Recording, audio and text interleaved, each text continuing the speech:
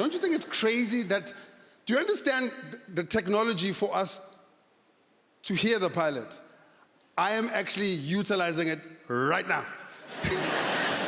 This is the technology for us to hear the pilot. I don't know why we cannot hear. There's no other context where it's acceptable for us not to hear a person. Why are you muffling? If you were looking for an au pair for your kids and a person came over to your house and said, hey man, what's your experience with kids? And then they looked at you and went, ta-da.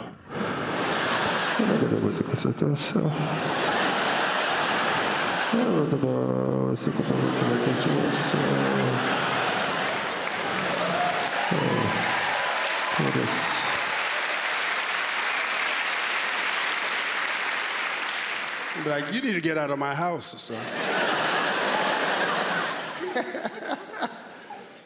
Weird things happen in airplanes. Weird things, like crazy things, bizarre things. Like, how bizarre would it be right now if someone walked in here and started selling us watches and perfume? Would that be the most bizarre thing? But it happens all the time in airplanes. No one's ever gone, huh, this is crazy. This is that English polite thing. Oh, I've already got one, yeah.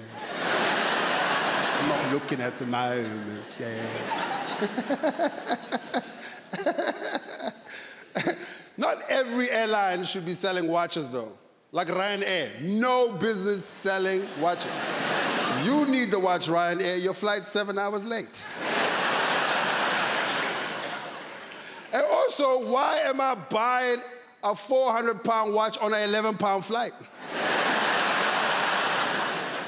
This makes no sense.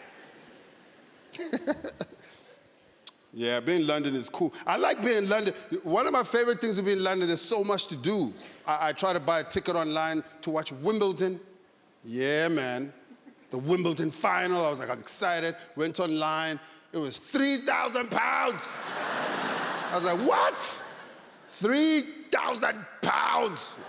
Okay, I'm not saying I wouldn't pay 3,000 pounds, right? I'm not saying I won't pay 3,000 pounds for a Champions League finals ticket. But I'm not paying 3,000 pounds for a sport where someone is going to tell me, quiet, please. Are you out of your mind? For 3,000 pounds, there will be no quiet, please. For 3,000 pounds, I'm rubbing my nipples center court. Are you out of your mind? My brother, 3,000. Oh, it's a lot of money. 3,000. My brother, 3,000 pounds. For 3,000 pounds, I should be able to whisper some advice in Roger Federer's ear. 3,000. I should be able to walk into the court. Sorry, Roger, come on, forearm. Let's work on that. Come on. My brother, around 3,000. For 3,000, I should be able to punch a ball boy in the face. For 3,000. Could be walking across, picking up a ball up. Uppercut him in the nose. He'll be so confused. What was that for? I'm like, no, it's part of the package. If you look carefully, I can kick you in the balls.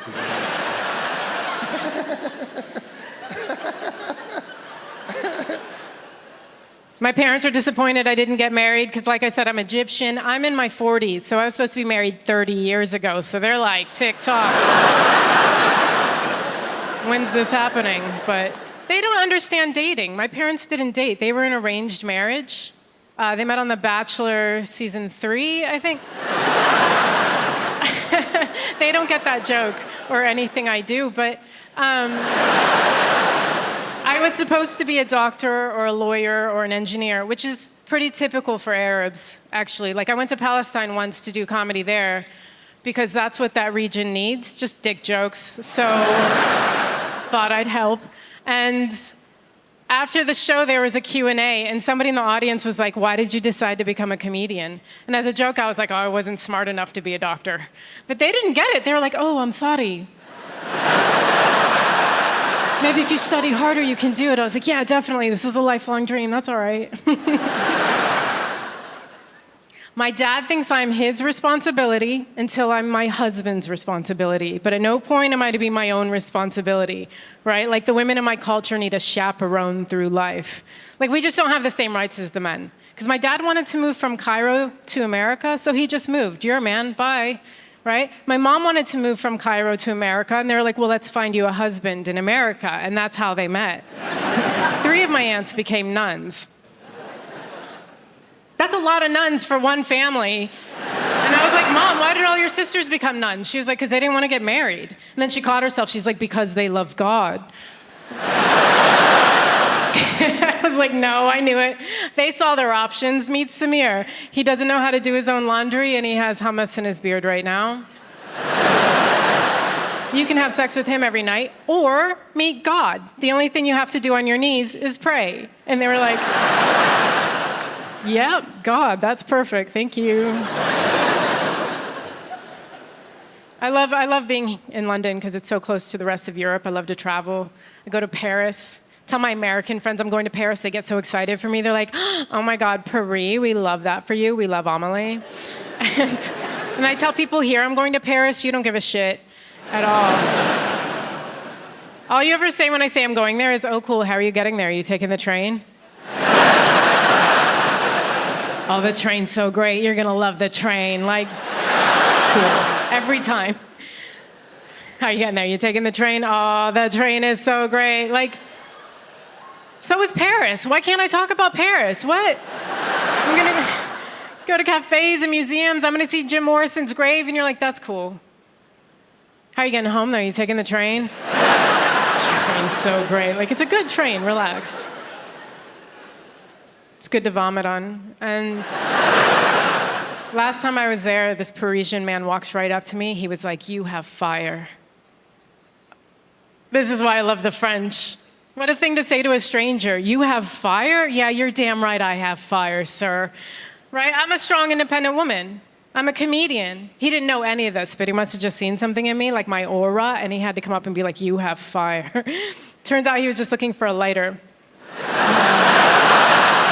I used to chase women quite a lot. Things were different back then, you know. It was like you had to go out on the hunt as a man back then. Back in the 70s, you had to put a nice splash of Paco Rabanne on. You stand there with your mates. There was no Facebook, none of this nonsense back then. You went in cold.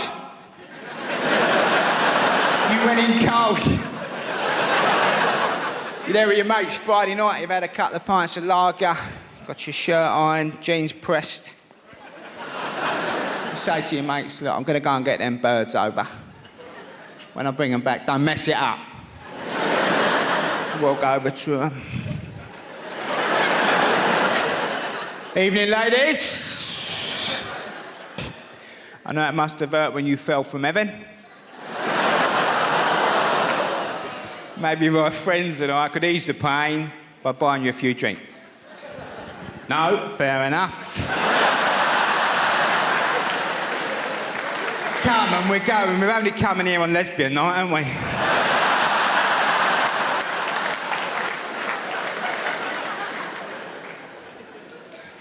It's very nice that women don't have to worry about this nonsense now being pulled. It's great, isn't it, that they fancy you, you're in a nightclub or something, you're chatting to her, she says, look, shut up. Shut up. I'm gonna sleep with your brother. Calm down. Takes you home and uses you. And you wake up in the morning a bit dishevelled. The cat's looking at you. The judgmental cat on the pine dresser.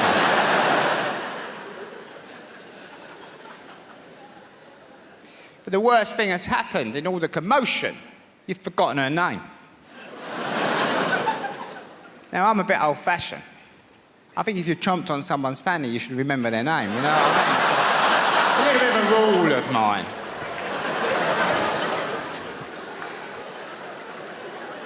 So, go downstairs, go through the post. Thinking. I'm a thinker. Crafty cockney. Oh, let's have a look here. Oh, I can't call her the occupier. That'd be a bit much.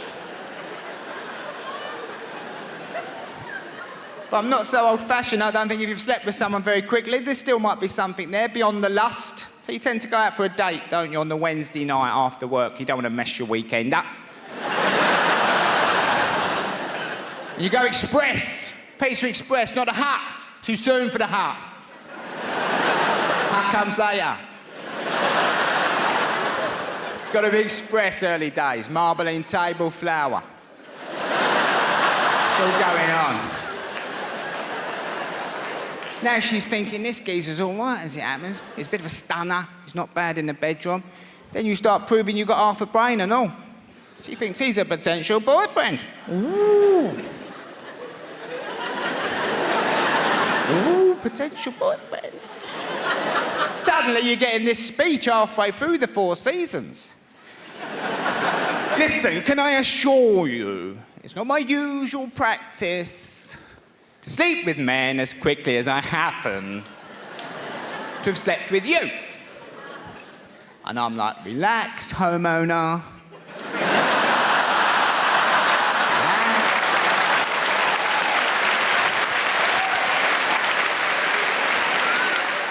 I started learning French really young at the age of 8 or something in primary school, and our French teacher, to help it sink in our brains, used to play little games with us. And one of the games was that we had to draw a name out of the hat, and that would be our French name for the rest of term, yeah? So I withdrew Marcel, and she taught me that if anyone ever asked the question, comment tu t'appelles, my response should be, je m'appelle Marcel, right? Now, I got all the way to degree level and 2 trips to Paris with that knowledge, and no one ever corrected me. And I went in on my first day of the lecture, and the professor goes, bonjour, comment tu t'appelles? I thought, well, this is going to be a very easy course.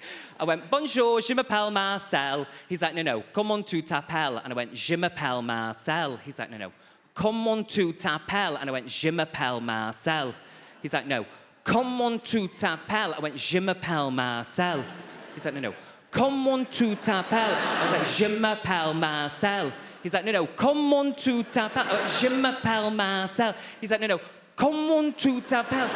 Je m'appelle Marcel. He's like, no, comment tu t'appelles? And I went, what is wrong with you? You said you were French. I went, je m'appelle Marcel. He's like, no, comment tu t'appelles? What is your name? I was like, je m'appelle Marcel. My name is Stephen.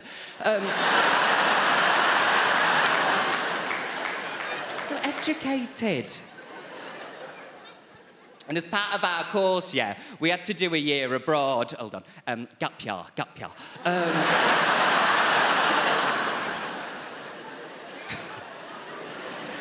We did, Jimmy. We had to do a year abroad, right? So I moved to the south of France for a year, and I'm dating myself with this reference, I do know.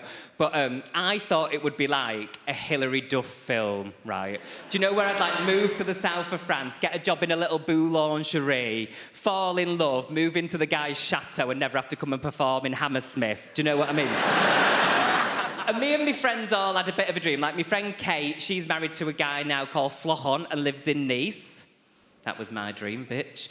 My friend Sam got with a guy while we were there, and his name was Nicola. And I even got with a guy while we were there for one term, and his name was Kevin.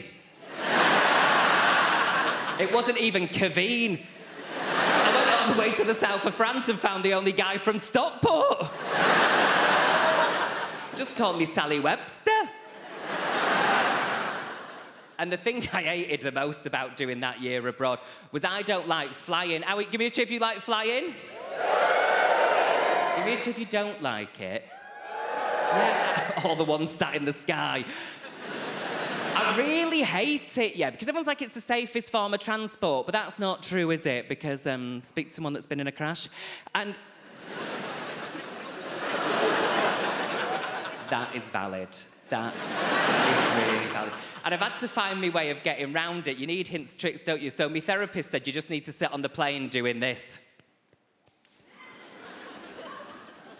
I get thrown off the plane if I do that, Julie.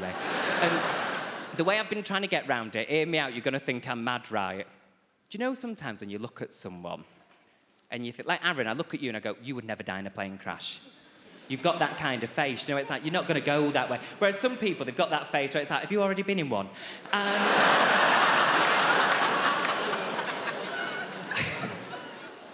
And I flew to Dublin this year, and it was the best flight I'd ever had, right? Because I found someone like you, Aaron. I found someone. Peter Barlow from Coronation Street was on the flight. And I thought, Peter Barlow's not going to die on a Ryanair flight. He's already been through too much.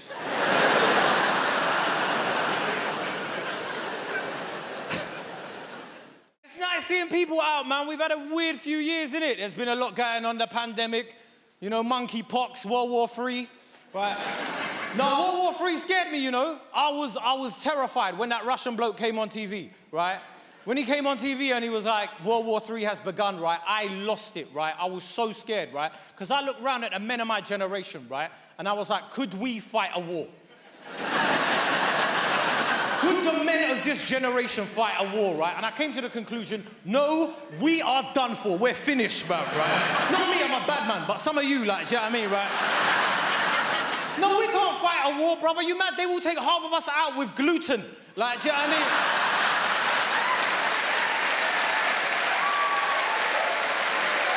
Be real, man. They won't even need to drop bombs. They'll just drop blue top milk over the front lines, right? Just see all of us just shitting everywhere, like, crying like, where's that gender neutral toilet? Shut up, it's a war, bro!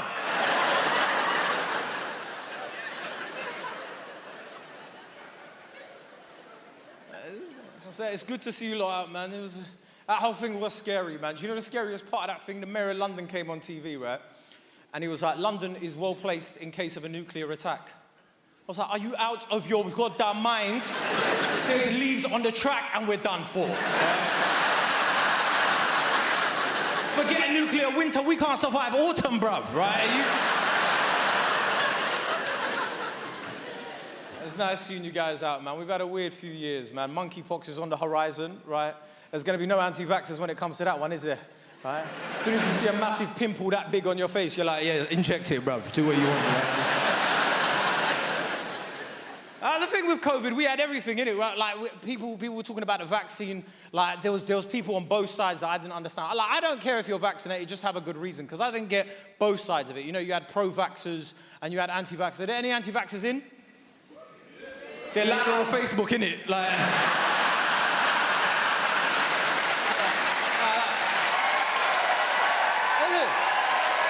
No, you lot...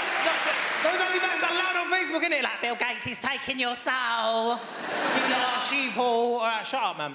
Right, I don't get the pro-vaxxers either. You know, like, the way they're like, there's absolutely no reason not to get vaccinated.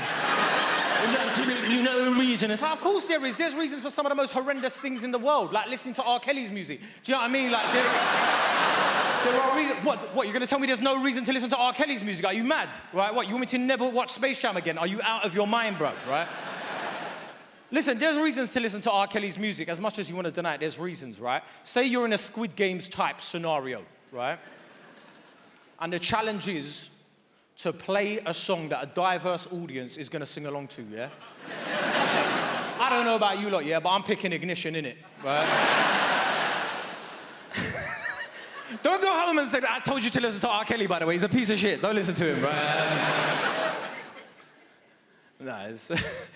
I don't care whether you're vaccinated or not, if I'm being honest, right? As long as you have a good reason, right? As long as you've got a good reason, I don't mind what you want to do with your life, man. It's your life. Do what you want, right? And I'll tell you what I mean, because I've got a lot of friends, man, like, that are, like, anti-vaxxers and stuff as well. Like, I was talking to a couple of my mates about it, right, when it was all going on, and I was like, bro, you're going to get vaccinated? He was like, no. I was like, why not? He's like, no. Come on, bro, man, that's not a reason, man. Just talk to me, man. Let me know. He's like, no, you're going to turn it into a joke. And to be honest with you... wonderful foresight on his behalf, right? Like... There's other younger people in the room, right? You know what I mean? You have only ever known a time in your life when you're trying not to get pregnant or trying not to get somebody else pregnant. And I don't want to blow my own trumpet, but on both accounts, I fucking smashed it. I think it comes down to skill set at the end of the day, doesn't it? People are just good at different things. Some people are good at the violin. Some people are good at parallel parking. I was very good at taking the pill. Every day. Honestly, I used to think I was so good at taking the pill, I deserved a reward. Arguably, there was a reward. It was the reward of not having to watch Peppa Pig or cleaning up another human's shit. Tell you what I don't understand, right, is women who are on the pill and forget to take it. Don't get that. Because don't get me wrong, I forget things. I forget my keys, my wallet, the fact I'm married. Sure! But forgetting to take something that can prevent you from creating a human that could one day say, turn the machines off, is what she would have wanted.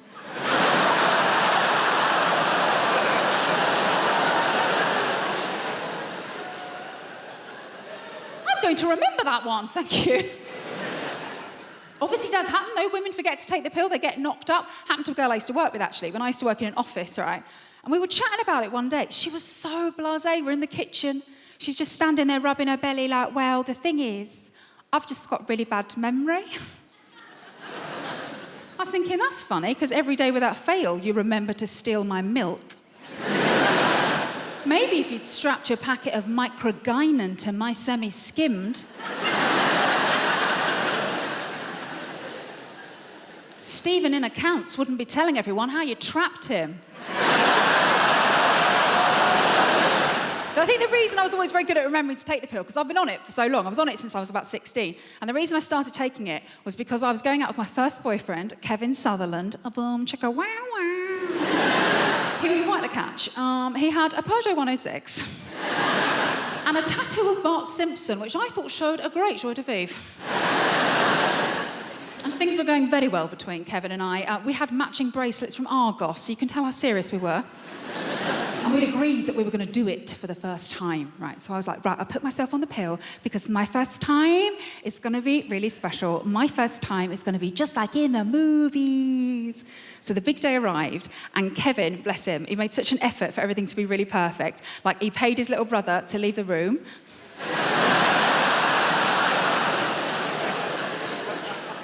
To this day, the most romantic thing a man has ever done for me. And he made a mix CD of all of our favourite romantic songs. You know, like Boom, Boom, Boom, Let Me Hear You Say Wayo. And as we lay down on his single bed, with his Liverpool FC duvet cover on it, the scent of Lynx Africa heavy in the air. And as Kevin took my virginity so beautifully and gently and quickly from behind, I remember thinking, wow, just like in the movies. Obviously, it's quite difficult to make eye contact in that position, isn't it? Almost felt like I lost my virginity to Stephen Gerrard.